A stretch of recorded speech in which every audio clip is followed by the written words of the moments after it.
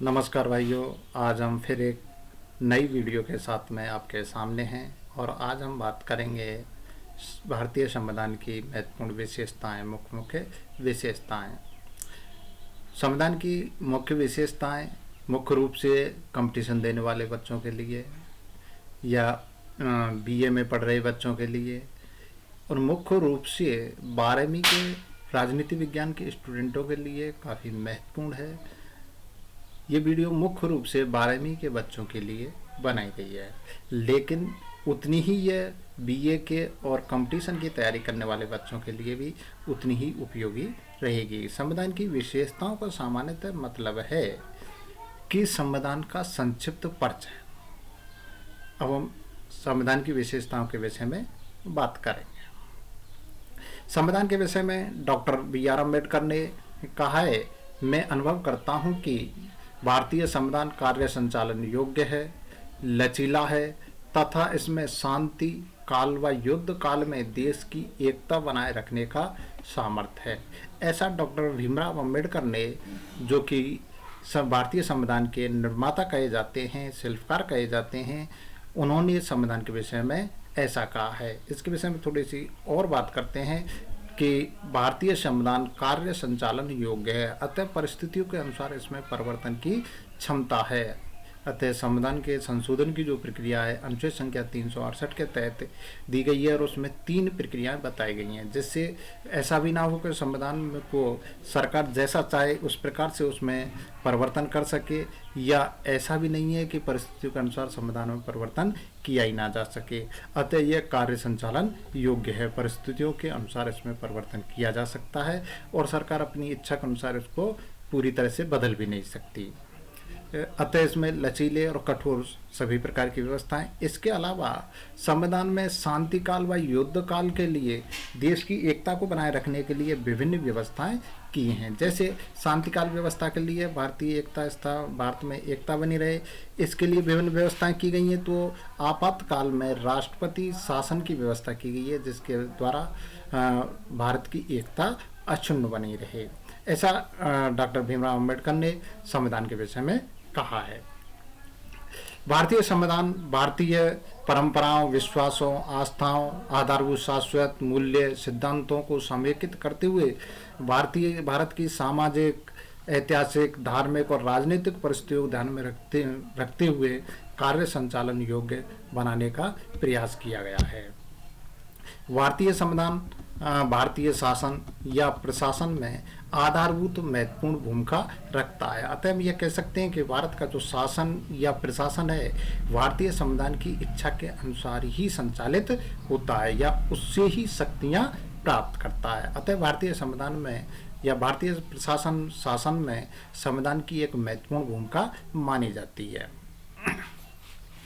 अब बात करते हैं हम भारतीय संविधान की विशेषताएं, और इसकी पहली विशेषता है संपूर्ण प्रभुत्व संपन्न संविधान। जब संविधान सभा का निर्माण किया गया था, ये वास्तविक है, ये हकीकत है कि भारतीय संविधान सभा का निर्माण कैबिनेट मिशन योजना के द्वारा किया गया था, जो कि ब्रिटेन द्वारा प्रायोजित थी।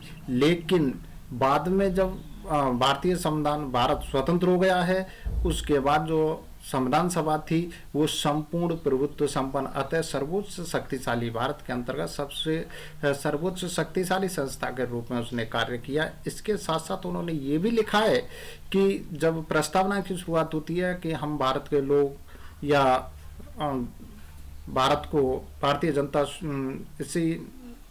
हम भारत के लोग इस संविधान को अंगीकृत, अधिनियमित व आत्मार्पित करते हैं। अतः से ये स्पष्ट होता है कि जो भारत की राजनीतिक शक्ति है वो अंतिम रूप से भारतीय जनता में निहित है, और ये जो संविधान है ये भारतीय जनता ने ही स्वीकार किया है, आत्मार्पित किया है। और वास्तविक रूप में स्थिति भी देखें तो संविधान सभा में जो व्यक्ति थे वो अधिकांशतः भारतीय जनता के प्रतिनिधि ही थे। हालांकि वो चाहे प्रत्यक्ष प्रतिनिधि नहीं थे, लेकिन प्रतिनिधि के रूप में ही उन्होंने कार्य किया। इससे ये स्पष्ट हो जाता है कि भारत की जो राजनीतिक शक्ति है वो अंतिम रूप में भारतीय जनता में निहित है। अब बात करेंगे हम प्रस्तावना। हालांकि प्रस्तावना भारतीय संविधान निर्माताओं ने 1985 के भारतीय सुधार अधिनियम के से ली गई प्रस्तावना है, उससे ही से 1935 के सुधार अधिनियम से ही भारतीय संविधान निर्माताओं को प्रस्तावना की प्रेरणा मिलती है। और प्रस्तावना भारतीय संविधान का एक दार्शनिक आधार कहा जाता है। अतः ये संविधान की कुंजी से इसको प्रस्तावना को कहा गया है। प्रस्तावना के विषय में डॉक्टर के मुंशी ने कहा कि इसे संविधान की राजनीतिक कुंडली कहा है। प्रस्तावना को संविधान की आत्मा भी कहा जाता है। प्रस्तावना की शुरुआत हम भारत के लोग शब्दों से की गई है। अतः ये कहा गया है कि संविधान को बनाने वाले कोई बाहर से आने वाले व्यक्ति नहीं थे या कोई विशेष व्यक्ति नहीं थे, नियुक्त भी नहीं थे, बल्कि वास्तविक रूप में भारतीय जनता के प्रतिनिधि थे।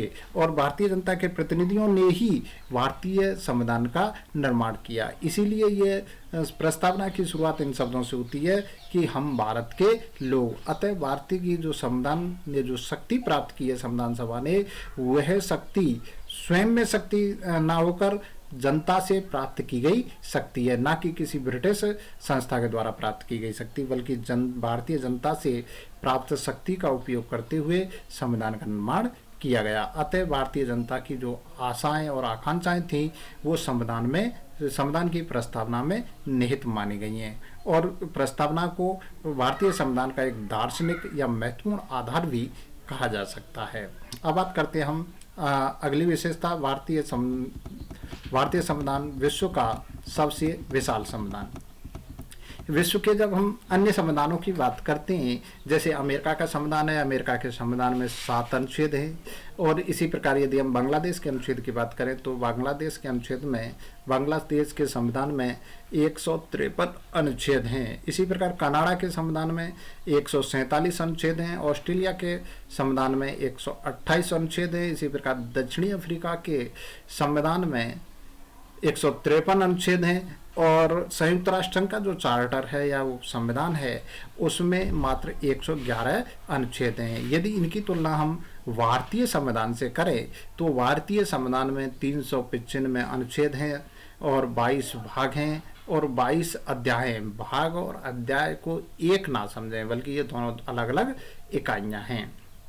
इसके अलावा भारतीय संविधान में 12 अनुसूचियां हैं। मूल संविधान में 8 अनुसूची थी और उनको अब बढ़ाकर 12 अनुसूची कर दिया गया। समय समय पर जब संशोधन किए गए तो अन्य सूचियां जोड़ दी गई। तो इस प्रकार से भारतीय संविधान विश्व के अन्य संविधानों के दृष्टि में या तुलनात्मक रूप से देखते हैं तो काफ़ी बड़ा संविधान है। और बड़े संविधान होने का एक महत्वपूर्ण कारण ये है कि संविधान में जैसे मौलिक अधिकार है, मौलिक अधिकारों के साथ साथ उन पर लगाए गए प्रतिबंधों को भी संविधान में ही स्पष्ट कर दिया गया है।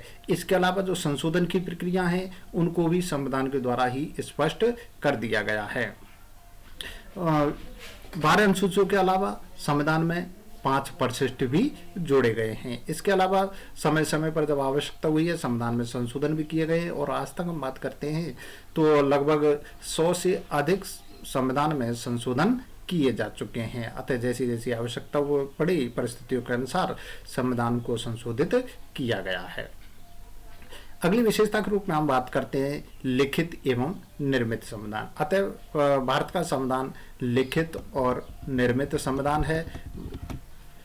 कैबिनेट मिशन योजना के अनुसार भारतीय संविधान सभा का निर्माण हुआ। उस संविधान सभा ने अधिक प्रयासों के द्वारा भारतीय संविधान का निर्माण किया। उसमें अलग अलग कमेटियों का निर्माण किया गया और उन कमेटियों ने महत्वपूर्ण प्रयासों के द्वारा संविधान का निर्माण किया गया। जैसे कि हम ब्रिटेन के संविधान के विषय में बात करते हैं तो ब्रिटेन का संविधान एक अलिखित संविधान है। अतः कभी संविधान सभा ने एक जगह बैठकर एक समय अवधि में ब्रिटेन के संविधान को नहीं लिखा गया, बल्कि समय समय पर जब वहाँ की संसद ने जो अधिनियम पास किए वही उसके संविधान के हिस्से बनते चले गए। जबकि भारतीय संविधान इस प्रकार से परंपरा पर आधारित संविधान नहीं है या पहले से चली आ रही व्यवस्था को ही लिपिबद्ध नहीं किया गया है, बल्कि एक निश्चित समय पर निश्चित समय अवधि में और निश्चित व्यक्तियों द्वारा इसको निर्मित किया गया है। अतः यह भारतीय संविधान सभा द्वारा 2 वर्ष 11 माह 18 दिन का समय लेते हुए इस भारतीय संविधान का निर्माण किया गया।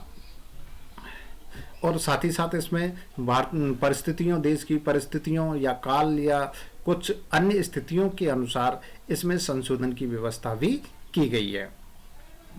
आगे बात करते हैं हम अगली विशेषता है, 5वीं विशेषता के रूप में संसदीय शासन व्यवस्था। भारतीय संविधान में संसदीय शासन व्यवस्था को अपनाया गया है। संसदीय शासन व्यवस्था सामान्यतः 2 प्रकार की व्यवस्थाएं होती हैं, शासन व्यवस्था होती है। एक होती है अध्यक्षात्मक शासन व्यवस्था और दूसरी होती है संसदात्मक शासन व्यवस्था। अतः अमेरिका में अध्यक्षात्मक शासन व्यवस्था को अपनाया गया है, फ्रांस में अध्यक्षात्मक शासन व्यवस्था को अपनाया गया है। तो इसी प्रकार भारत में संसदात्मक शासन व्यवस्था को अपनाया गया है। डॉक्टर अंबेडकर ने इसके विषय में टिप्पणी की थी या कहा था कि संसदात्मक शासन व्यवस्था इस प्रकार की शासन व्यवस्था है जिसमें सरकार का मूल्यांकन एक निश्चित समय अंतराल के बाद तो होता ही है, लेकिन रोजाना के कार्यों में भी किया जाता है। अतः दिन प्रतिदिन इसका मूल्यांकन किया जाता रहता है। अतः कहने का मतलब यह है कि जो सरकार है वो जनप्रतिनिधि संस्था के प्रति उत्तरदायी होती है और जनप्रतिनिधि संस्था के माध्यम से ही, जनप्रतिनिधि संस्था के व्यक्तियों में से ही सरकार का या कार्यपालिका का निर्माण होता है। अतः सरकार है वो जनप्रतिनिधि संस्था के प्रति उत्तरदायी होगी और जनप्रतिनिधि संस्था के माध्यम से वह जनता के प्रति उत्तरदायी होगी। जैसे यदि केंद्र सरकार के विषय में बात करें तो केंद्र सरकार लोकसभा के प्रति उत्तरदायी है और राज्य सरकार विधानसभा के प्रति उत्तरदायी है। लोकसभा और विधानसभा के सदस्य अपने अपने क्षेत्रों के जनता के प्रति उत्तरदायी होते हैं। अतः हम ये कह सकते हैं कि संसदात्मक शासन व्यवस्था में जो सरकार है वह अप्रत्यक्ष रूप से जनता के प्रति उत्तरदायी होती है और भारत में संसदात्मक शासन व्यवस्था को अपनाया गया है। अतः भारत की जो सरकार है या कार्यपालिका है वह प्रत्यक्ष रूप से जनप्रतिनिधि संस्था के प्रति और अप्रत्यक्ष रूप से जनता के प्रति उत्तरदायी होती है। आगे बात करते हैं हम मौलिक अधिकार व कर्तव्य, जो कि एक महत्वपूर्ण बिंदु के रूप में कार्य करता है। भारतीय संविधान के भाग संख्या 4 में और अनुच्छेद संख्या 12 से लेकर अनुच्छेद 35 तक मूल अधिकार दिए गए हैं।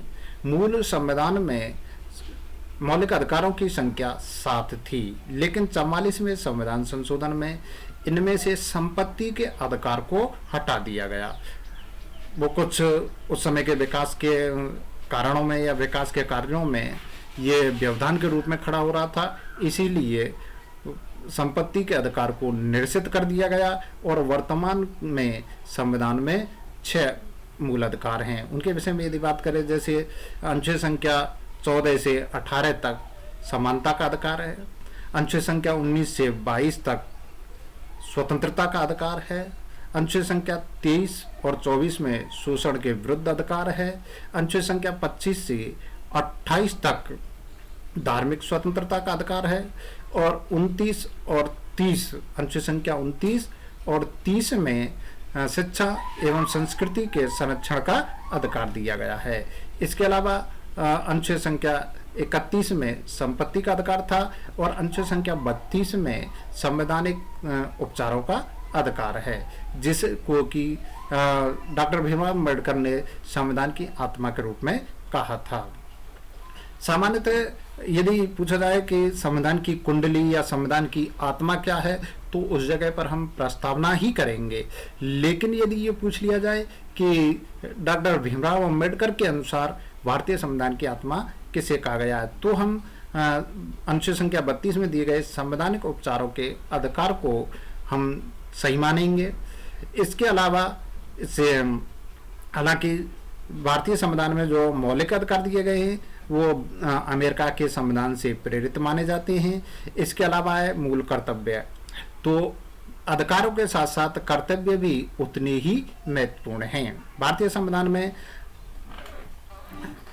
42वें संविधान संशोधन में रूस के संविधान से प्रेरित होकर भारत के संविधान में मूल कर्तव्यों को जोड़ा गया। और जिस समय जोड़ा गया था 42वें संविधान 1976 में हुआ था 42वां संविधान संशोधन, तो उस समय जब जोड़ा गया था तो मूल कर्तव्यों की संख्या 10 थी, लेकिन 86वें संविधान संशोधन में इसे बढ़ाकर 86वें संविधान संशोधन में 10 से बढ़ाकर 11 कर दिया। अतः जो शिक्षा के अधिकार को, जो कि मूल अधिकारों में अनुच्छेद संख्या 21 के तहत अतः जीवन एवं दैहिक स्वतंत्रता का जो अधिकार है, उसमें ही शिक्षा के अधिकार को 86वें संविधान संशोधन द्वारा जोड़ दिया गया। इसके साथ साथ मूल अधिकारों में 11वें मूल अधिकार के मूल कर्तव्यों में 11वें मूल कर्तव्य के रूप में इसे जोड़ दिया गया कि अभिभावकों का यह कर्तव्य होगा कि वो 6 से 14 वर्ष तक के बच्चों को निःशुल्क एवं प्राथमिक शिक्षा प्राप्त कराएं। अतः प्राथमिक शिक्षा प्राप्त करना बच्चों का अधिकार है और उनके अभिभावकों का कर्तव्य है। मूल कर्तव्य भारतीय संविधान में अनुच्छेद संख्या 51 क में दिए गए हैं। इसके बाद हम बात करते हैं राज्य के नीति निर्देशक तत्व। संविधान के भाग संख्या 4 में, जो कि अनुच्छेद संख्या 36 से 51 तक नीति निर्देशक तत्व दिए गए हैं। नीति निर्देशक तत्व भारतीय संविधान में आयरलैंड के संविधान से प्रेरित हैं। अतः आयरलैंड के संविधान से प्रेरित होकर भारतीय संविधान में नीति निर्देशक तत्वों को समाहित किया गया। नीति निर्देशक तत्व वे तत्व हैं कि जब ये कहा गया कि चाहे भारत आर्थिक, सामाजिक या राजनीतिक दृष्टि से अब समर्थ नहीं है, अतः इन तत्वों को, इन विचारों को अब भारत में लागू नहीं किया जा सकता है। लेकिन भारतीय सरकार जब समर्थ हो जाएगी, जब सक्षम हो जाएगी, तब इन विचारों को शासन और प्रशासन में लागू करे। और जब भी नीति का निर्माण हो, किसी कानून का निर्माण हो, अधिनियम का निर्माण हो, तो उस समय नीति निर्देशक तत्वों को ध्यान में रखा जाएगा और जहां तक संभव हो सकता है उनको उपयोग करने का प्रयास किया जाएगा। वे नीति निर्देशक तत्व थे। अतः सरकारों के लिए एक दिशा निर्देश देने का प्रयास नीति निर्देशक तत्वों के माध्यम से किया गया। अब बात करते हैं हम समाजवादी राज्य। समाजवादी राज्य 42वें संविधान संशोधन द्वारा, जो कि 1976 में होता है, उसी प्रस्तावना में समाजवादी शब्द को जोड़ा गया। अतः जिस प्रकार से पंथनिरपेक्ष शब्द है, ये भी 42वें संविधान संशोधन द्वारा जोड़ा गया। और समाजवादी शब्द है, ये भी 42वें संविधान, ये शायद गलत लग गया है, 42वें संविधान संशोधन द्वारा 1976 में भारतीय संविधान की जो प्रस्तावना है उसमें जोड़ा गया। अतः जो भारतीय अर्थव्यवस्था है उसको एक समाजवादी स्वरूप में ढाला जाए। कहने का मतलब है कि भारत में एक समानता के लिए प्रयास किए जाएं और कानून के प्रति सभी व्यक्ति समान हैं और एक आर्थिक समानता स्थापित करने का प्रयास सरकार करती रहेगी। तो इस प्रकार के भारत समाजवादी राज्य है और भारत की प्रत्येक सरकार इस बात के लिए एक प्रतिबद्ध है कि भारत को समाजवादी स्वरूप प्रदान किया जाए या उन कार्यों को या उन लक्ष्यों को, समाजवादी लक्ष्यों को पूरा करने का प्रयास किया जाए। अब बात करते हैं हम वयस्क मताधिकार।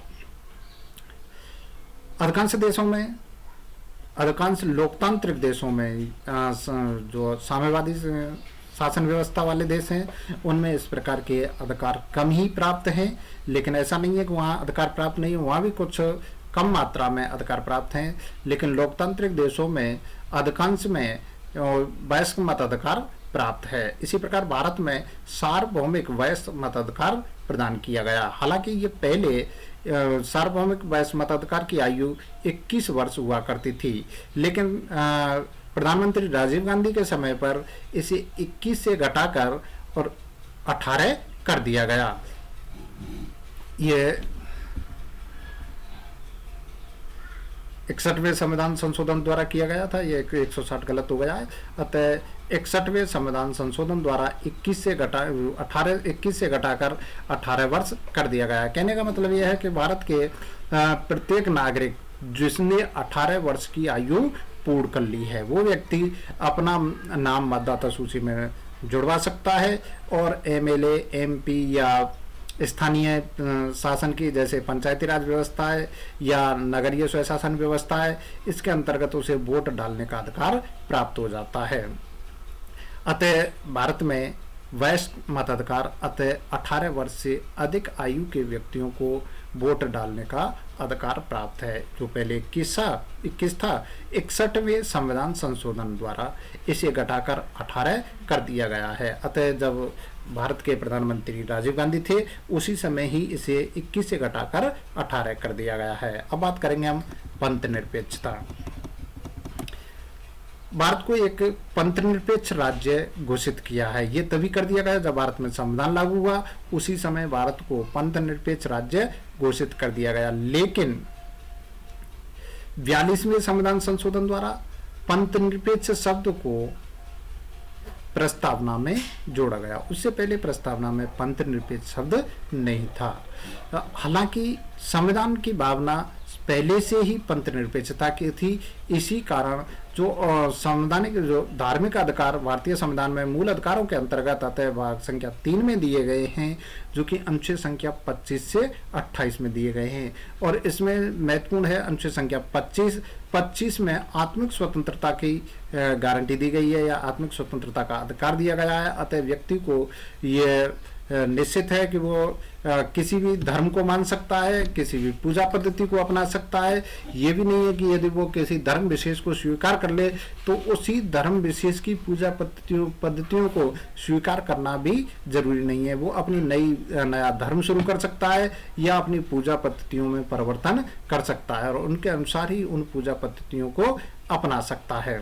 अतः उसकी प्रत्येक व्यक्ति को धर्म के रूप में, धार्मिक स्वरूप में पूरी स्वतंत्रता प्रदान की गई है। इसके अलावा हम ये कह सकते हैं कि ये तो नहीं कहा जा सकता कि भारत धर्म से अलग है, बल्कि ये कहा जा सकता है कि भारत का कोई राष्ट्रीय धर्म नहीं होगा और सभी धर्मों का सम्मान करेगा। और सभी धर्मों का सम्मान करने के साथ साथ प्रत्येक धर्म के विकास के लिए प्रयास करता रहेगा और किसी भी धर्म पर कोई किसी प्रकार का प्रतिबंध नहीं लगाया जाएगा। केवल कुछ परिस्थितियों को छोड़कर जो कि देश या समाज के लिए या जनता के लिए हानिकारक हों, ऐसी परिस्थितियों को में धार्मिक स्वतंत्रता पर प्रतिबंध लगाया जा सकता है जो अशांति उत्पन्न करती हों। अन्यथा सामान्य रूप में धार्मिक स्वतंत्रता प्रदान की गई है। अतः धार्मिक व्यक्ति की धार्मिक स्वतंत्रता पर किसी प्रकार का प्रतिबंध नहीं लगाया जा सकता। राज्य का अपना कोई धर्म नहीं होगा, भारत का कोई धर्म नहीं होगा, बल्कि सभी धर्मों का सम्मान करेगा और सभी धर्मों को विकास के पूर्ण अवसर प्राप्त कराएगा। तो यह है पंथ निरपेक्ष राज्य। हाँ, आज हमने संविधान की 10 विशेषताओं के विषय में बात की। हालांकि जो शेष विशेषताएं उनके बारे में हम अगली वीडियो में बात करेंगे। और धन्यवाद भाइयों देखने के लिए।